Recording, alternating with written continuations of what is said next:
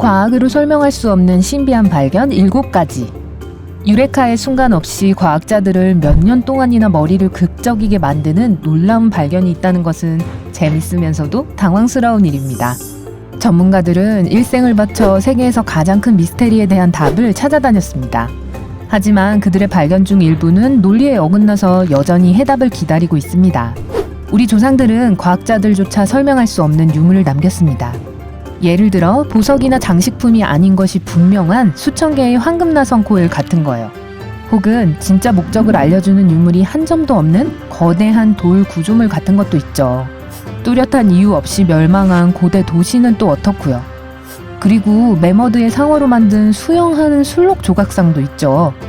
이 빙하시대 예술품은 무슨 생각으로 만든 걸까요? 이 신비를 풀기 전에 구독 버튼을 누르고 색을 알림을 켜주세요. 그러면 여러분은 삶의 밝은 면에서 올리는 매일 새로운 영상을 가장 먼저 보게 될 거예요. 그럼 시작해볼까요? 7. 메인페니. 네, 이게 메인이에요. 고다드 동전이라고 불리는 이 동전은 1957년 8월 18일 아마추어 고고학자 가이 멜그렌이 고다드 고대 유적에서 발견했습니다. 이 유적은 미국 메인주 나스키그 포인트에 있는 고대 아메리카 원주민 정착지입니다. 멜그렌은 그것이 12세기에 발행된 영국 동전으로 식별했습니다.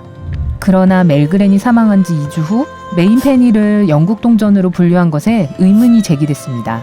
그래서 런던의 한 전문가 그룹이 입증을 위해 동전을 재검토했습니다. 나중에 그것이 고대 스칸디나비아 동전이라는 것이 밝혀졌으며 이것은 오슬로 대학의 고대 스칸디나비아 동전 전문가인 콜뵤른 스카알에 의해 확인되었습니다.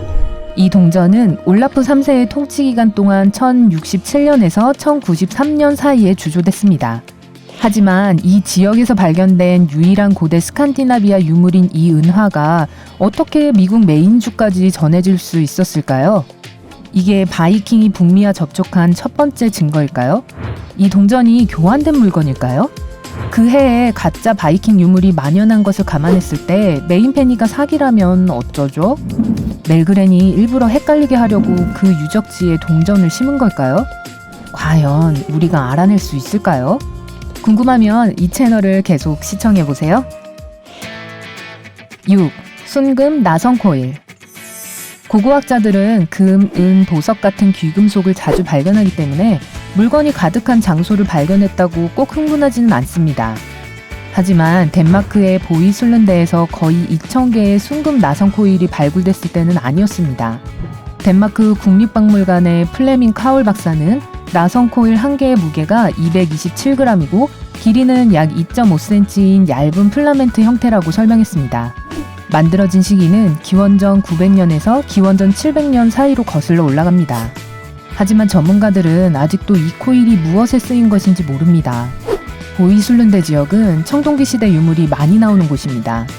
당시 태양은 신성한 상징 중 하나였고 금에는 특별한 마법이 담겨 있다고 믿었기 때문에 주요 제물로 바쳐졌습니다. 플레밍과 다른 연구자들은 이 순금 나선 코일이 제사장 겸 왕의 의상이나 머리 장식의 일부가 아닐까라고 추측했습니다. 그런 의상은 태양을 향한 제사 의식 중에 착용했을 것입니다. 하지만 아직 증명된 것은 없죠. 정말 정신없는 덴마크 사람들 같으니라고. 5. 알래스카 유물. 은, 금, 또 뭐가 있죠? 청동. 특히 작고 버클 같은 모양의 물체요. 콜로라도 대학의 한 연구팀은 800년에서 1400년 사이의 알래스카 에스펜 버그만에서 일어난 기후 변화에 사람들이 어떻게 적응했는지 연구하고 싶었습니다. 흥미로운 발견 중 하나는 발굴 중인 집보다 더 오래된 것처럼 보이는 이상한 청동 물체였습니다. 버클 모양의 물체는 막대에 부착된 작은 가죽고리가 있는 주형에 주조되었으며 크기는 가로 약 5cm, 세로 약 2.5cm였습니다. 가죽 소재 덕분에 연구자들은 방사성 탄소 동위원소 분석을 통해 물체가 얼마나 오래된 건지 추정할 수 있었습니다. 알고 보니 1500년이나 된 물건이었습니다. 하지만 어떻게 거기에 오게 됐을까요? 이 지역에 거주하는 이누피아트 에스키모인은 야금이나 청동 제조에 대한 사전 지식이 없었습니다. 또 다른 잘못 배치된 유물일까요? 아니면 에스키모인들이 동아시아에서 미국으로 이주한 증거일까요? 원래 어디서 온 걸까요? 정말 알쏭달쏭하죠? 4. 루짐 엘 히리. 잉글랜드 남부의 스톤헨지, 코스타리카의 석조 구체에 대해서는 들어본 적이 있을 겁니다. 하지만 우리의 푸른 지구는 계속해서 우리를 놀래키고 어리둥절하게 만듭니다. 아랍어로 야생고양이의 돌무더기를 뜻하는 루짐 엘 힐이라고 알려진 신비한 랜드마크가 바로 그런 경우죠. 히브리어로는 거인의 바퀴라는 뜻의 길갈 레파임이라고 불립니다. 왜냐하면 거대한 존재가 만든 물건이라는 소문 때문이죠. 루짐 엘 히리는 또 다른 청동기 시대의 유적이며 기원전 3000년에서 2700년 전에 지어진 것으로 추정됩니다. 이 거대한 돌 구조물은 골란고원에 위치하고 있으며 약 4만 톤의 현무암으로 만들어졌습니다. 높이가 2.4에서 4.6m이고 벽은 거의 3.4m 두께입니다. 4개에서 5개의 거대한 원형 고리와 중앙에 묘실이 있는 바퀴 모양의 형태의 돌을 쌓아 만들었습니다.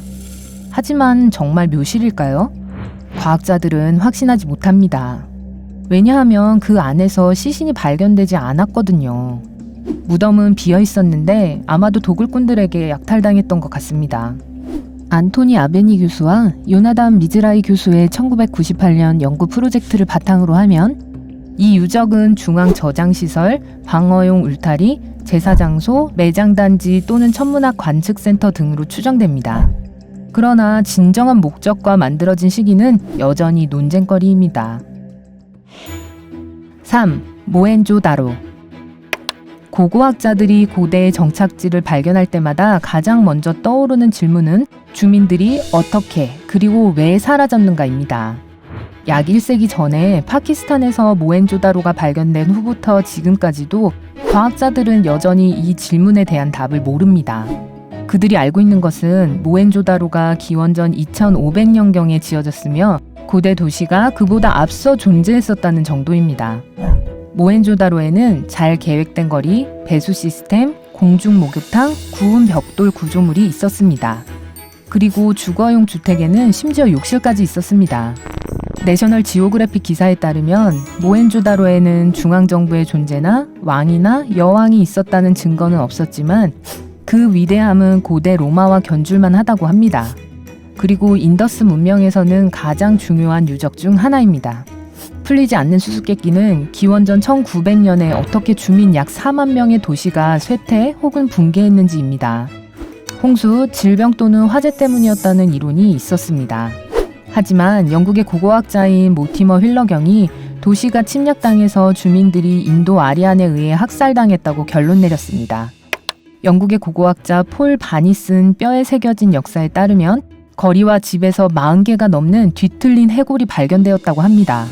연구원 데이빗 데븐포트는 그것이 아니고 원자폭탄으로 인해 도시가 사라졌다는 이론을 제시했습니다. 와. 러시아 과학자 알렉산더 고르보프스키의 고대사 수수께끼라는 책에 따르면 방사능 수치가 정상보다 50배나 많은 해골이 주변에서 발견되었다고 합니다. 다시 말하지만 이것들은 단지 추측일 뿐이며 더 많은 연구가 필요합니다. 2. 롱류 동굴. 중국 절강성의 롱류 동굴은 여러 갈래의 통로, 석순, 종류석이 있는 평범한 동굴이 아닙니다. 완전히 다르죠. 이 동굴은 2000년 된 인공 동굴입니다. 게다가 약 3000제곱미터에 펼쳐진 36개의 동굴로 이루어져 있습니다. 이 동굴은 1992년에 한 지역 마을 주민에 의해 발견되었습니다. 어떻게 건축되었는지, 어떻게 그렇게 오랫동안 보존될 수 있었는지까지 그 기원은 완전히 수수께끼입니다. 동굴을 만드는데 6년이 걸렸다면 약 100만 세제곱미터의 단단한 실트 함석을 제거하기 위해 밤낮으로 1000명의 사람들이 일을 해야 했을 겁니다. 우리가 순수한 고된 노동에 대해 이야기하고 있다는 것을 생각해보면 이 동굴은 실로 위대한 업적입니다. 각 벽과 기둥은 바닥에서 천장까지 평행선으로 조심스럽게 깎았습니다. 어떻게 그런 정밀한 기술과 예술성을 가질 수 있었을까요? 동굴로 더 깊숙이 들어가면 완전히 어두워집니다. 그래서 그들의 작업이 더욱 인상적으로 느껴집니다. 조명으로 사용할 수 있는 물건이나 구조물의 흔적은 없었습니다. 그럼에도 동일한 모델, 패턴, 측정 및 스타일로 각 동굴을 조각할 수 있었습니다. 롱류 동굴을 지은 사람은 누구고 어디에 쓰였던 걸까요? 불행히도 과학자들은 이 경외심을 불러일으키는 수수께끼를 푸는 열쇠가 될 수 있는 단 하나의 역사적 문서도 찾을 수 없었습니다. 1. 수영하는 술록. 어이 루돌프, 대영 한번 해보시지. 이 석기시대의 유물은 1866년 피카두 드릴이라는 엔지니어에 의해 프랑스 부르니크에서 발견되었습니다. 처음에는 두 개의 분리된 조각이라고 생각했지만 1930년대에는 결합해 하나가 된다는 사실을 알아냈습니다. 수영하는 술록은 길이가 20cm나 되는 매머드 상하 끝으로 만들어졌습니다. 이 작품을 조각한 사람은 특출난 창의력과 기술을 가지고 있었습니다. 석기만을 사용하여 아름다우면서도 매우 섬세하게 제작되었습니다. 이 조각품은 대략 13,000년 된 것으로 작은 몸통과 뿔이 있는 암컷 술록 한 마리가 길을 인도하는 구성으로 이루어져 있습니다. 또한 암컷 술록의 털을 나타내는 음영 윤곽선을 가지고 있는 것으로 보입니다. 암컷 술록 뒤를 뿔이 크고 귀가 세밀하게 조각된 수컷 술록이 따라옵니다. 하지만 수컷의 몸에는 음영이 없습니다. 두 마리의 술록은 턱을 꼿꼿이 들고 뿔을 뒤로 젖히고 두 다리는 수영하듯 쭉 뻗어 있습니다. 하지만 이 유물의 기능은 아직도 모릅니다. 과학자들은 이 조각품이 의사소통을 하는 도구로 사용됐거나 사냥용 부적이었을 것으로 추정했습니다. 하지만 어쩌면 그것은 단순히 동물들이 이동하고 짝짓기를 하는 가을과 겨울 장면을 묘사한 것일 수도 있습니다. 아니면 술록이 올림픽 준비를 하고 있는 모습일지도 모르죠. 새빨간 거짓말이겠죠? 아, 술록과 빨갛다는 말을 들으니 갑자기 생각나네요. 루돌프는 어디 있죠? 어쨌든 이 영상에서 소개된 발견 중 여러분을 가장 놀라게 한 건 무엇이었나요? 아래 댓글로 알려주세요. 좋아요를 누르고 이 영상을 친구들과 공유하는 것을 잊지 마세요. 항상 채널 고정해주시고 구독을 눌러 삶의 밝은 면과 함께하세요.